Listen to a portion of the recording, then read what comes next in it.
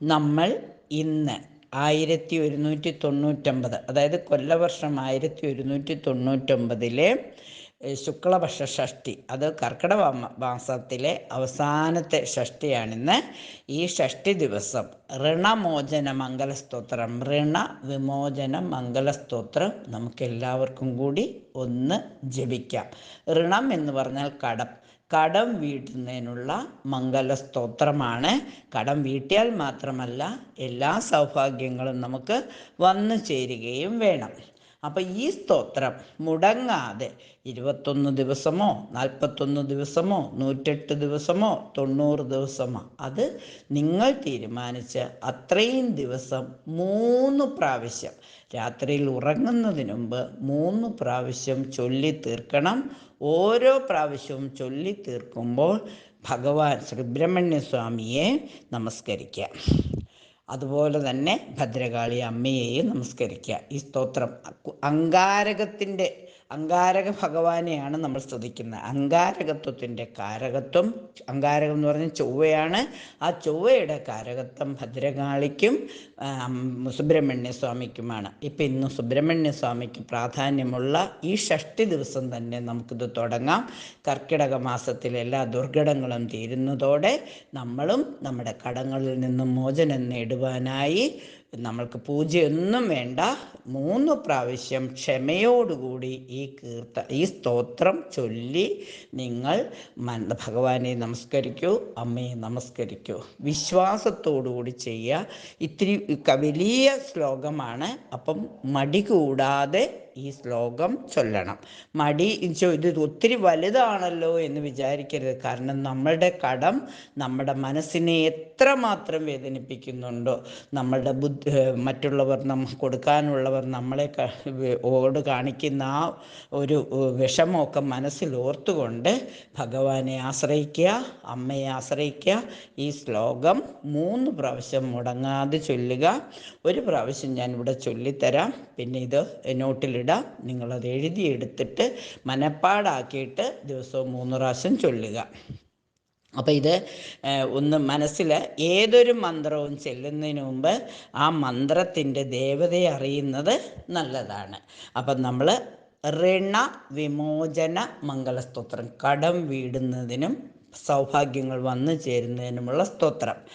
അസ്യ ശ്രീ അങ്കാരക സ്തോത്ര മഹാമന്ത്രസ്യ ഗൗതമ ഋഷി, ഗൗതമരാണ് ഋഷി. അപ്പം എല്ലാവരും ശിരസിലൊന്ന് കൈ തൊട്ടുകൊണ്ട് ഉച്ചിയിൽ തന്നെ, നമ്മുടെ സഹസ്രാരത്തിൽ തന്നെ തൊട്ടുകൊണ്ട് ഗൗതമ ഋഷി, പിന്നെ മൂക്കിൻ്റെ താഴെ, വലത്തെ മൂക്കിൻ്റെ താഴെ ഒന്ന് തൊട്ടുകൊണ്ട് അനുഷ്ടുപ് ഛന്ദസ്, പിന്നെ അങ്കാരകോ ദേവത, ഹൃദയത്തിൻ്റെ മധ്യഭാഗത്തൊന്ന് തൊട്ടുകൊണ്ട് അങ്കാരകോ ദേവത, കണ്ണടച്ച് ആ അങ്കാരക ദേവതയെ സുബ്രഹ്മണ്യ സ്വാമിയെയും ഭദ്രകാളിയെയും ഒന്ന് മനസ്സിൽ വിചാരിച്ചു.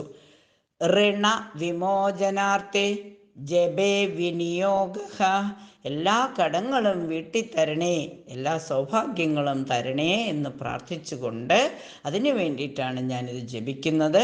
21 ദിവസം ഞാൻ മുടങ്ങാതെ ജപിച്ചോളാം. അത് ഓരോരുത്തരും അവനവൻ്റെ സങ്കല്പത്തിനത്ര ദിവസം നമ്മൾ പറയാം. ഇനി ധ്യാനം. അത് കഴിഞ്ഞാൽ നമ്മൾ ആ മൂർത്തിയെ ഒന്ന് ധ്യാനിക്കുകയാണ്.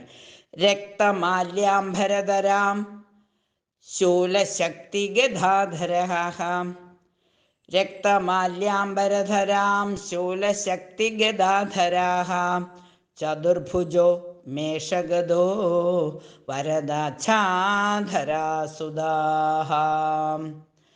ഓം മംഗലോ ഭൂമിപുത്രച്ഛ ഋണഹർത്താ ധനപ്രദഃ, സ്ഥിരാസനോ മഹാകായ സർവകാമഫലപ്രദാ, ലോഹിതോ ലോഹിതാക്ഷശ്ച സാമഗാനാം കൃപാകരാം, ധരാത്മജകുജോ ഭൗമോ ഭൂമിജോ ഭൂമിനന്ദന, അങ്കാരകയമച്ചൈവ സർവരോഗാപഹാരക, സൃഷ്ടേ കർത്താഭഹർത്താ ച സർവദേവേഷു പൂജിതാ. ഏതാനി കുജനാമാനി നിത്യം ശ്രദ്ധയാ പഠേത് ഋണം ന ജായതേ തസ്യം ധനം ശീഘ്രം അവാപ്നുയാത്. ധരണീ ഗർഭസംഭൂതം വിദ്യുത്കാന്തി സമപ്രഭം കുമാരം ശക്തിഹസ്തം ച മംഗളം പ്രണമാമ്യവം. സ്തോത്രമങ്കാരകസ്തൈതത് പഠനീയം സദാ നൃഭിः നദേഷാം ഭൗമജാ പീഡാ സ്വൽപാഭി ഭവതി ക്വചിത്. അങ്കാരക മഹാഭാഗ ഭഗവൻ ഭക്തവത്സല ത്വാം നമാമി മമാശേഷ ഋണമാശു വിനാശയ. ഋണരോഗാദിദാരിദ്ര്യം യേ ചാന്യേ ഹ്യപമമൃത്യുമഃ ഭയക്ലേശമനസ്താപാ നശ്യന്തു മമ സർവദാ. അതിവക്രദുരാരാധ്യ ഭോഗമുക്തജിതാത്മന തുഷ്ടോ ദദാസി സാമ്രാജ്യം രുഷ്ടോ ഹരസി തൽക്ഷണാൽ.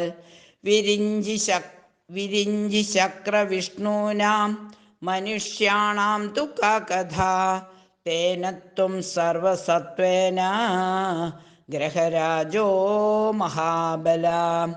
പുത്രാൻ ദേഹി ധനം ദേഹി ത്വാമസ്മി ശരണം ഗദാ ഋണദാരിദ്ര്യദുഃഖേന ശത്രുണാം ച ഭയാർത്ഥദാ.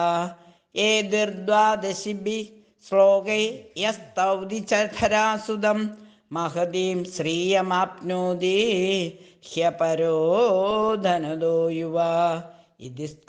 ഇതി സ്കന്ദപുരാണേ ഭാർഗപ്രോക്തം ഋണമോചന മംഗലസ്തോത്രം സമ്പൂർണം. ഈ ഒരു പ്രാവശ്യം ഇത് കേട്ടു അല്ലെങ്കിൽ ഒരു പ്രാവശ്യം ഇത് ചൊല്ലിക്കഴിഞ്ഞാൽ ഒന്ന് ഭഗവാനെയും അമ്മയും ശിരസ് കുമ്പിട്ട് പറ്റുമെങ്കിൽ ഒന്ന് ശിരസ് നിലത്ത് മുട്ടത്തക്ക രീതിയിൽ കൈകൾ കൂപ്പി പിടിച്ചുകൊണ്ടൊന്ന് നമസ്കരിക്കുക. ഞങ്ങളുടെ ആവശ്യങ്ങൾ ഒരു നിമിഷം ഭഗവാനോട് പറയുക. എന്നിട്ട് അമ്മയോടും പറയുക. എഴുന്നേൽക്കുക. വീണ്ടും ഇങ്ങനെ 3 പ്രാവശ്യം ഓരോ പ്രാവശ്യവും ചൊല്ലി അമ്മയെയും ഭഗവാനെയും നമസ്കരിച്ചതിന് ശേഷം ആരതിയൊക്കെ കാണിക്കാം. ഇതൊക്കെ വിളക്ക് കത്തിച്ചിട്ട് വേണമെങ്കിലും ചെയ്യാം. വിളക്കൊന്നുമില്ലാതെ നമ്മളുടെ വീട്ടിൽ കിടക്കുന്നതിന് മുമ്പായി കൃത്യമായി ചെയ്താലും മതി. തീർച്ചയായും ഒരുപാട് പേരുടെ സാമ്പത്തിക പ്രതിസന്ധി ഈ ശ്ലോകം ചൊല്ലുന്നതിലൂടെ ഉണ്ടായിട്ടുണ്ട്.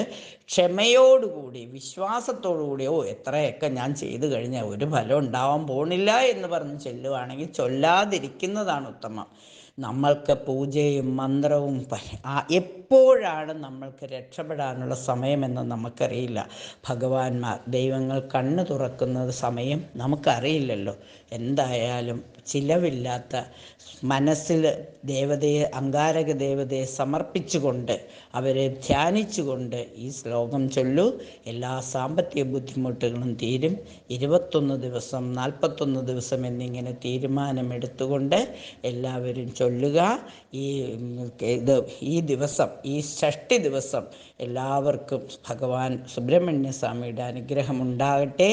അതിനു മുമ്പായിട്ട് എല്ലാവരോടും ഒരിക്കൽ കൂടി പറയുന്നു, നിങ്ങൾ ഈ ശ്ലോകം കേട്ടിട്ട് നിസ്സാരമായി കരുതാതെ 3 പ്രാവശ്യം ചൊല്ലി നിങ്ങളുടെ ആവശ്യം പറഞ്ഞ് നമസ്കരിക്കൂ.